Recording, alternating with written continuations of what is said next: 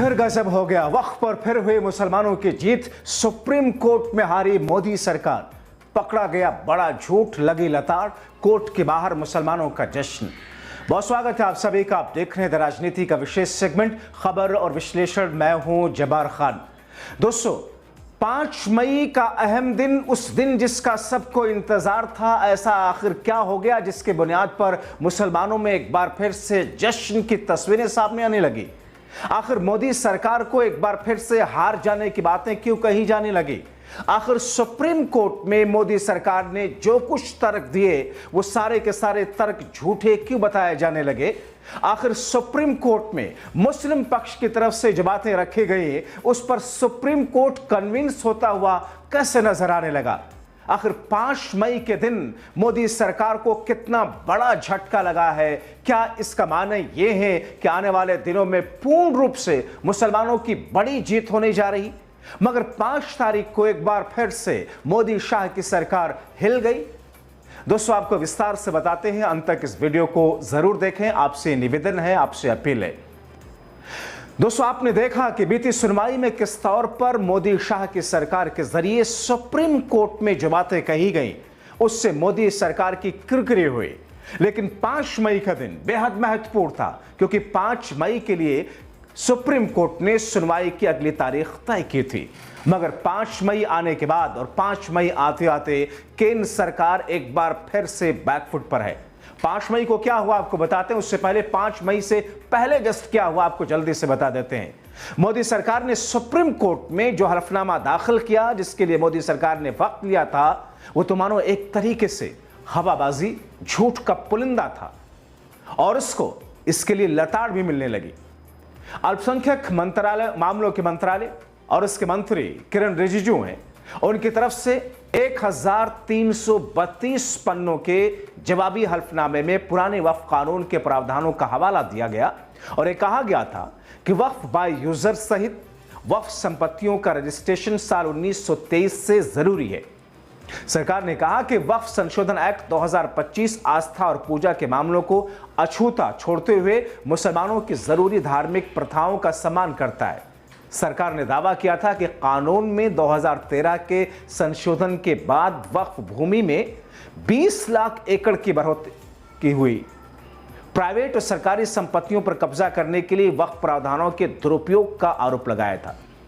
केंद्र ने supreme court से वक्फ संशोधन एक्ट के खिलाफ याचिकाओं को खारिज करने तक का आग्रह किया था और इसे वास्तव में चौंकाने वाला बताया कि 2013 के संशोधन के बाद औकाफ एरिया में 116% की बढ़ोतरी हुई। दोस्तों, यह भारतीय जनता पार्टी ने या मोदी सरकार के मंत्रालय की तरफ से यह हल्फनामा सुप्रीम कोर्ट में दाखिल किया गया था। मगर दोस्तों, जब मुस्लिम पक्ष ने इसकी बखिया उधेड़ी, All India Muslim Personal Law ने जब इस पर जवाब दाखिल किया तो मोदी सरकार हक्का बक्का रह गई। All India Muslim Personal law board ने अपने जवाबी हल्फनामे में केंद्र सरकार के आंकड़ों पर सवाल उठाया।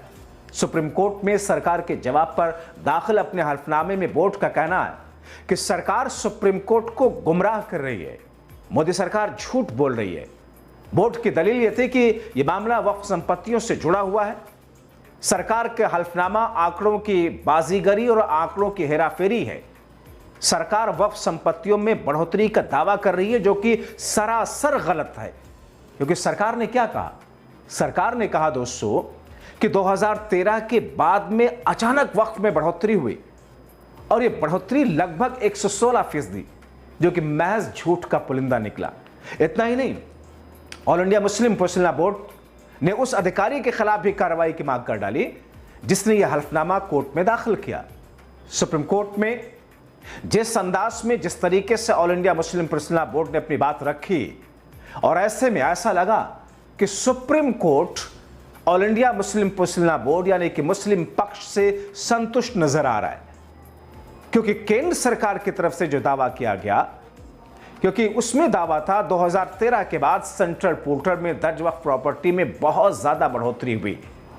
यानी कि जिस अंदाज में जितनी संपत्तियां, जितनी चीजें थी वक्फ के पास में, उसमें डबल से ज्यादा इजाफा हुआ, 100% से ज्यादा इजाफा हुआ। क्या ऐसा संभव है? आखिर केंद्र सरकार सुप्रीम कोर्ट में झूठ क्यों परोस रही है?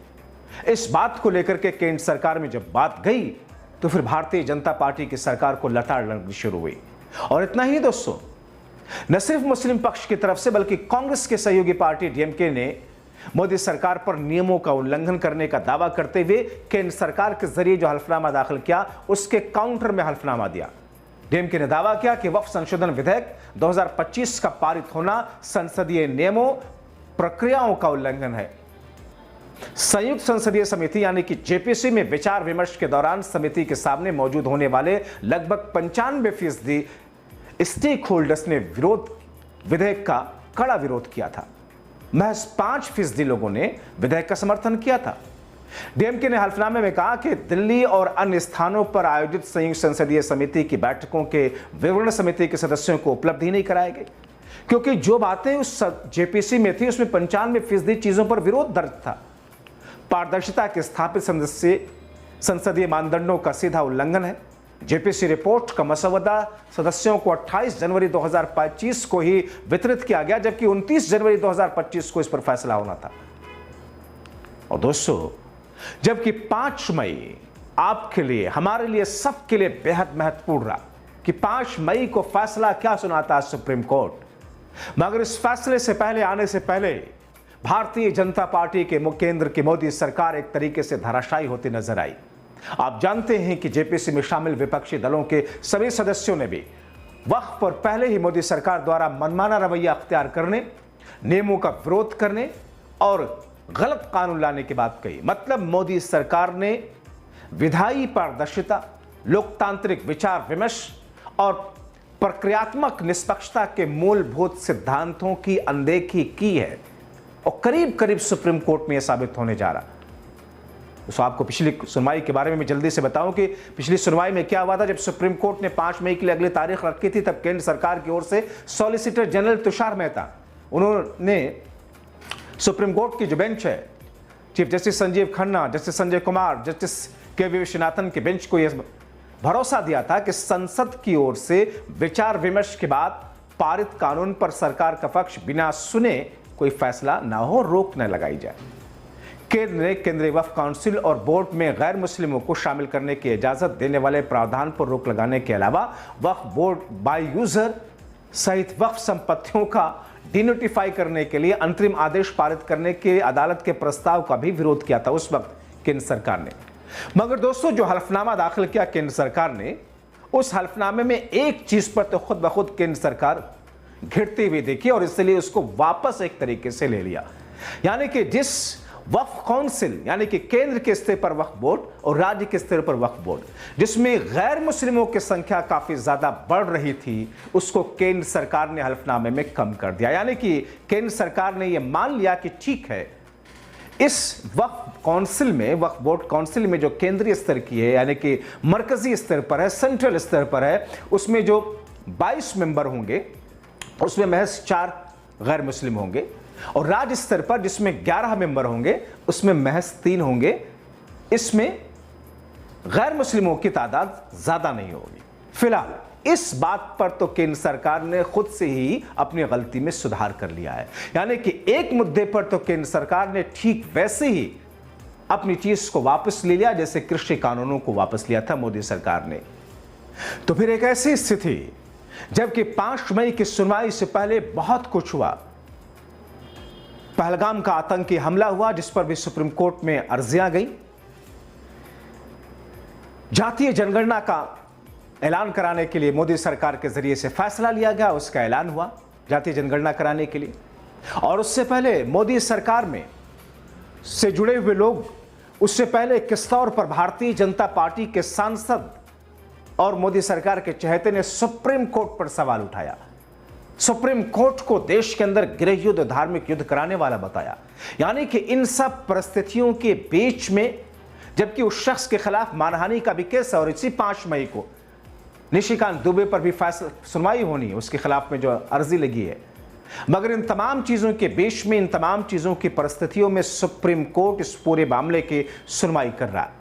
अब सुप्रीम कोर्ट इस पर फैसला क्या लेगा बहुत महत्वपूर्ण होगा, क्योंकि माना यह जा रहा है कानूनी जानकारों की निगाह में सुप्रीम कोर्ट के पूर्व जस्टिस सुप्रीम कोर्ट में जज रहे सुप्रीम कोर्ट के पूर्व अधिवक्ताओं का यही बार बार कहना है कि यह कानून सुप्रीम कोर्ट में टिक नहीं पाएगा।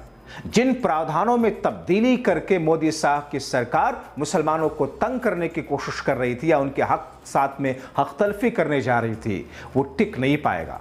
और इसीलिए इस सुनवाई की शुरू होते यानी कि 5 मई का दिन आते आते एक बार फिर से मुसलमानों में एक अलग तरह का उत्साह देखने को मिला। कहा यह जा रहा है अभी से कि मुसलमानों की बड़ी जीत हो चुकी है, क्योंकि हल्फनामे के स्तर की बात करें जिसमें केंद्र की मोदी सरकार ने जो हल्फनामा दिया झूठ का पुलिंदा निकला, जैसा कि all India Muslim personal board और दूसरी संगठनों ने सुप्रीम कोर्ट को बताया। और इस पूरे मामले को लेकर के पहले ही जब सुप्रीम कोर्ट में केंद्र की सरकार गैर मुस्लिम मेंबरों को लेकर के झुकती हुई नजर आई, माना यह जा रहा है कि भारतीय जनता पार्टी की केंद्र की मोदी सरकार की जो कुछ स्थितियां हैं, ताने बाने हैं, वो धराशायी हो जाएंगे। आप क्या सोचते हैं? अपनी राय कमेंट बॉक्स में जरूर लिखें। अभी के लिए इस वीडियो में इतना ही। इसे आप दूसरों तक भी पहुंचाएं, खुद भी जागरूक रहें, दूसरों को भी जागरूक रहें। और दोस्तों, आपको यहां पर आखिर में यह भी बताता चलूं कि 5 मई की सुप्रीम कोर्ट में सुनवाई में जो बात सामने आई उससे मोदी शाह की सरकार हिल गई, क्योंकि सुप्रीम कोर्ट ने 5 मई को तारीख सुनवाई की एक बार फिर से आगे बढ़ा दी। 15 मई को अगली सुनवाई होगी। यानी कि जो अंतरिम रोक वक्फ कानून पर मोदी शाह के जरिए जो कानून लाया गया, वो वाली रोक जिस पर सुप्रीम कोर्ट ने लगाया था वो 15 तारीख तक जारी रहेगा। मगर यहां पर कानूनी जानकार ये भी मानकर चल रहे हैं, खासतौर पर मुस्लिम पक्षकार, कि 15 तारीख को जब सुनवाई होगी तो कई और ऐसे बिंदु होंगे जिन बिंदुओं पर भी सुप्रीम कोर्ट अंतरिम रोक लगा देगा। बहरहाल इंतजार करना होगा।